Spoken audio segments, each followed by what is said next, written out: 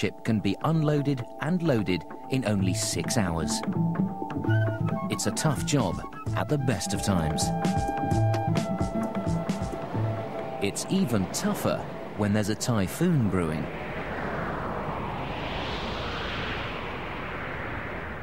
A direct hit to the port would throw the containers around like empty garbage cans. But the greater risk is to a ship. It's much safer for a ship to ride out a storm at sea than be chained to a dockside.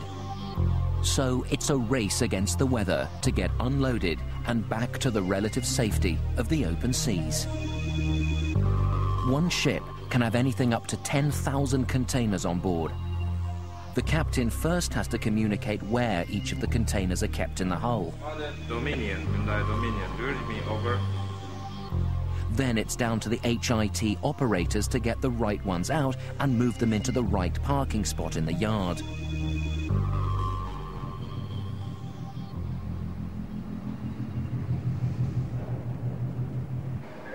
Unloading the ship involves the expertise of guys like this. Siu Fan is on his way to work. Upwards. Vertigo sufferers need not apply. Siu Fan spent 15 years as a rookie on the smaller gantry cranes in the port. Now, he operates the largest crane in Hong Kong.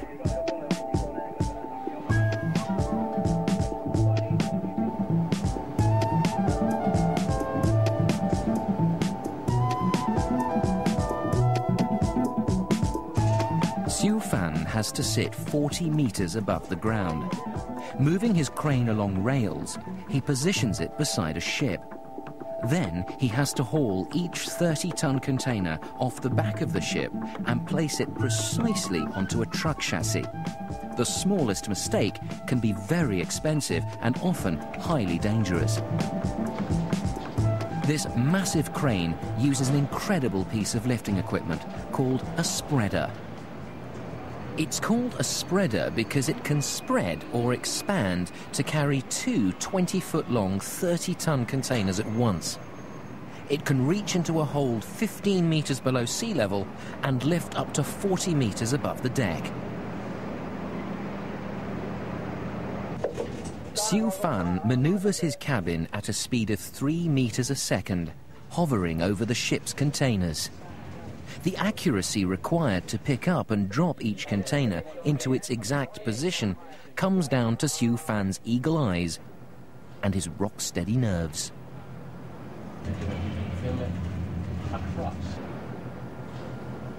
The small holes on top of the container are the target Siu Fan's aiming for. To give him a little help, there's a metal flap, like a flipper, which lowers into position and guides the spreader down. Siu Fan then has to get the small bolts in the corner of the spreader into the holes on the top of the container. Only then will the simple twist and lock mechanism grab hold of the container. Picking it up is one thing, but how does he know where to put it? Back at Hong Kong International Central, every container Siu Fan is lifting off the ship is being logged. The huge mainframe works out the real-time movement of the containers from the ship and allocates places for them in the yard. This information is then sent by pager to the lorry drivers. Yuan Xu Chung drives truck number MG20. He has to find Siu Fan's crane amongst the 137 other cranes in the yard and position himself directly below it to drop off or pick up a load. Meanwhile, up in his cabin, Siu Fan can see the storm approaching and he still has the rest of the containers to get off the ship and new ones to load. As truck MG20 arrives, it's all down to trust and Siu Fan's expertise to lift the cargo off the truck and onto the ship. Then another must be loaded onto Siu Chung's truck, who's ready to take it on to its pre-designated spot in the yard. Once again, it's bullseye for Siu Fan. 8,000 trucks come and go every day. Some take the containers into mainland China, but Xiu Chung has a more difficult task ahead of him. He has to find row 4, aisle 10, for a date with a gantry crane. These cranes can drive to any position around the yard because they're on rubber tyres rather than rail tracks. A gantry crane lifts the container off the back of Xiu Chung's truck and stacks it in a precise location worked out by the computer, in amongst the 80,000 other containers here. As Xiu Chung goes to pick up his next container, the cycle moves on. Thanks to Xiu Fan and Xiu Chung, the ship is unloaded and loaded just in the nick of time and goes on its way before the storm hits. Just another day for the giant baggage handlers who work in the busiest port in the world.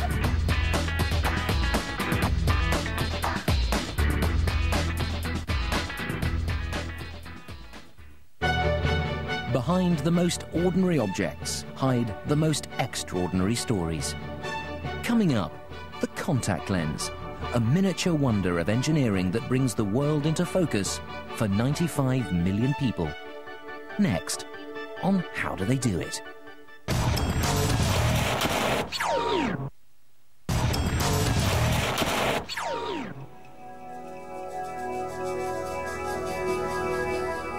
The southwest of Ireland.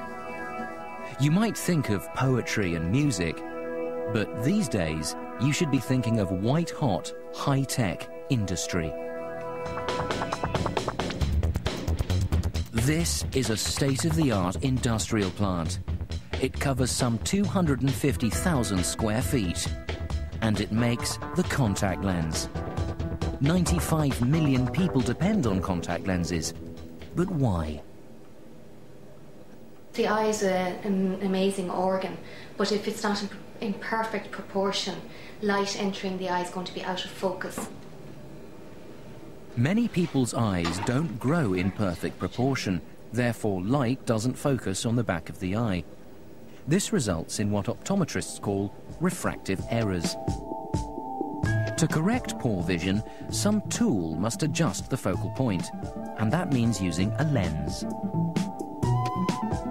Manufacturing a contact lens starts in the lab. These bottles contain the ingredients from which contact lenses are cooked. They're a kind of liquid plastic called acrylic.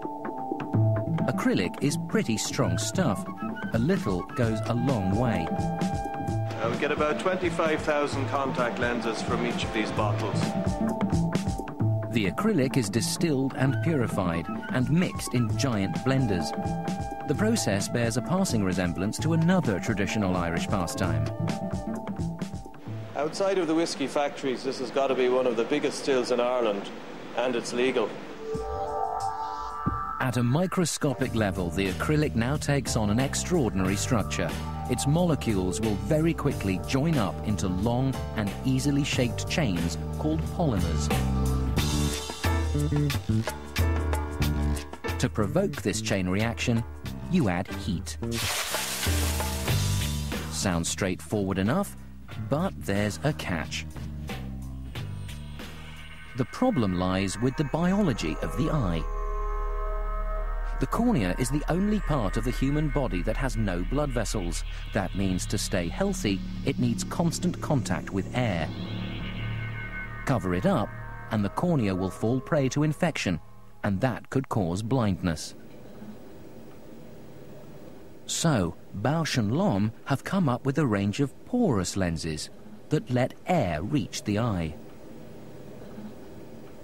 This is the secret behind the durable contact lens, a simple two-part mold. Hundreds of molds are continuously fed into a machine that injects a few drops of liquid acrylic in between the two parts.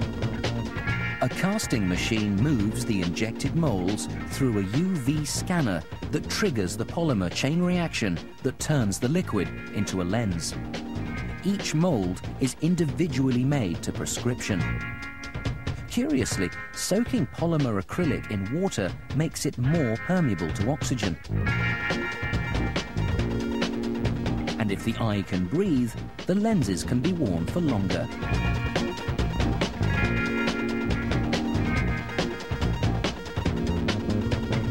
Then it's time for a final manual inspection. We look at each lens on the comparator, and if there is a flaw, after stretching the lens, if the flaw is clearly visible, we take it out and dispose of it. And that's how you make a contact lens. Since this program began, worldwide more than 100,000 tyres have been made. 4,000 tons of newsprint have been bought and thrown away.